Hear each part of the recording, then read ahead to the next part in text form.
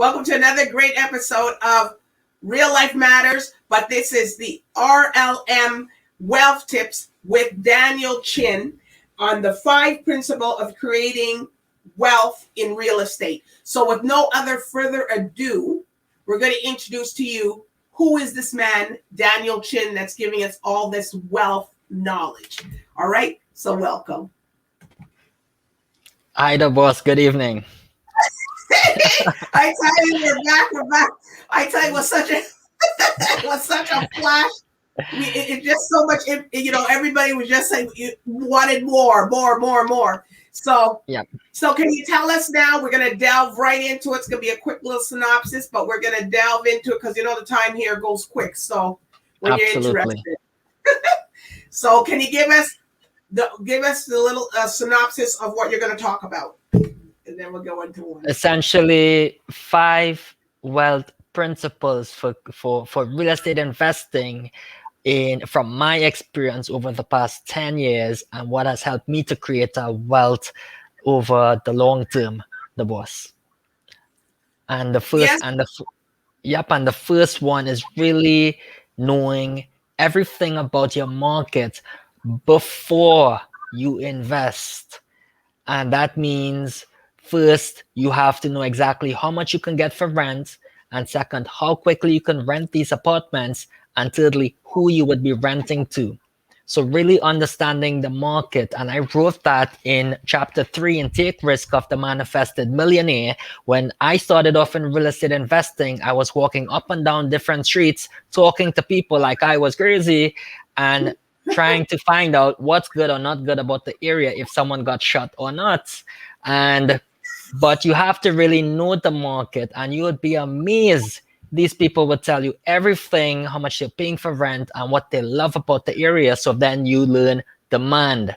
So that's very basic fundamentals in real estate investing, supply and demand. So that's number one, knowing everything. With number one, so like if you're in a university or college area, I guess that would be your market, correct? Yes, absolutely. So and if it is downtown, get students or you get a lot of that, right? Absolutely. And if it is downtown, then it's more the working professionals. If it is in a family-friendly neighborhood, then it's likely the families who would be renting if they can't afford to buy. And the second wealth principle is really buying good properties in good location where there is strong demand and strong growth. So you have to really know where the money is in the city and what are the future plans of the city, if it is Toronto, Hamilton, or Niagara Falls, that they have in plan for the next few years, and where the developments are happening and where the money is being spent. And as an investor, you have to get in early. That's where you get the higher returns on your investment, DBoss. When you get in early and not the ones who jump on the bandwagon afterwards. Well, that's why they got to come to you before they do anything. People won't know that. The general public would know that. Because this Daniel Chin eats and breathes this every day. So he knows that. So this is why you got to advise him first. Of course, yes, you charge us something for that. But anyways, you're getting great advice. Absolutely, DBoss. And then the third principle is really to buy and hold over the long term.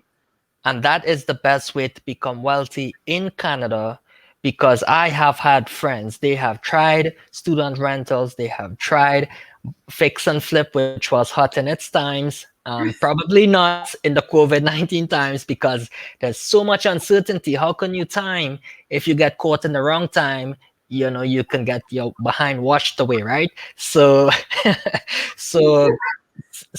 you want buy and hold. Really, why it is the best way, DBoss, is because when it comes to accumulating wealth or capital, especially in the beginning, when your focus is how to grow your investment and how to grow your capital, to how to turn 100,000 to $500,000 and how to turn $500,000 into 1 million, right? you have to focus on growing your investment. And if you are trying to do it quickly with, buying and selling, etc., as what I've mentioned before, in Hamilton, duplexes, when I got in very early, it was about $250,000. Today, the boss, that same property and that same address is nearly $750,000, tripled. And that was by holding it over a long period of time. And the fourth wealth principle, what I always say. I just want to back up. So how would you, how do you deal with somebody who doesn't want to hold, just wait and hold, like hold the thing because they don't understand this? And I heard that the real estate game, you got to move and move quickly. So how do you overcome that obstacle with people that don't understand the market and then they want to know, why should I hold, wait and hold? Yes. So what I say is, the boss, they have to learn the hard way, right? The hard way, and they have to learn the expensive way if they do not listen. And I have had many investors, they didn't listen. And then I can tell you, I do not hear from them anymore. But the ones who have listened and who have stayed with me for a very long time, the investors, I can tell you, they are very happy. Their wives are happy. Their family's happy, and the money has grown tremendously, and that's the power of holding over the long term. So it really requires discipline. When it comes to investing, it's no different than Mr. Warren Buffett. When you ask him what's his favorite holding period, he says forever. Oh. Because the taxes can really slow you down when you're paying the capital gain taxes. Well, you're just gonna hold for a minute. We're gonna take a brief moment just for one of our, we gotta do this, or else the network will get on me. So we'll be right back.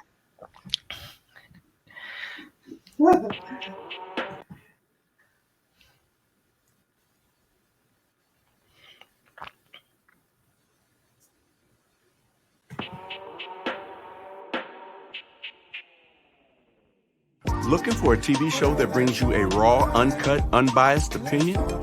What about a show providing a platform to tell us about your business or talent?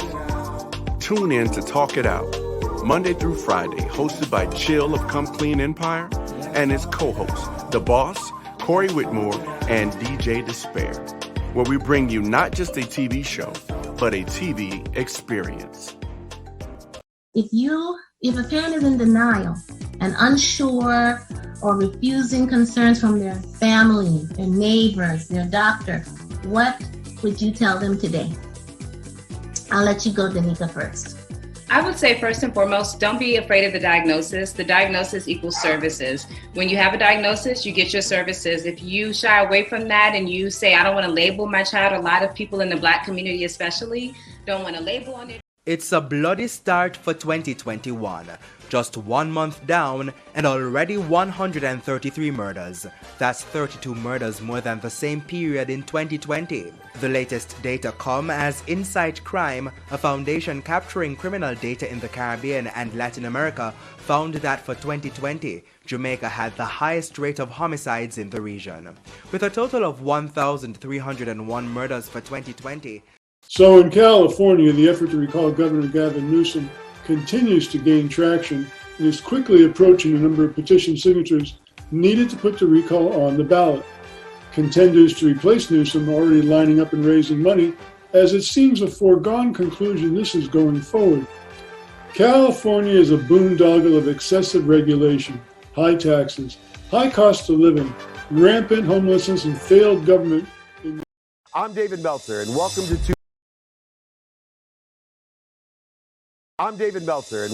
Two Minute Drill. Each contestant will get 2 minutes to pitch. Then they will answer one question and get feedback from our other featured judges. Improve every area of communication while saving time is what I've been doing for the last 15 years with startup solopreneurs up to C-level leaders at companies like Amazon and Microsoft. I do it by combining two truths we all know, just rarely combine.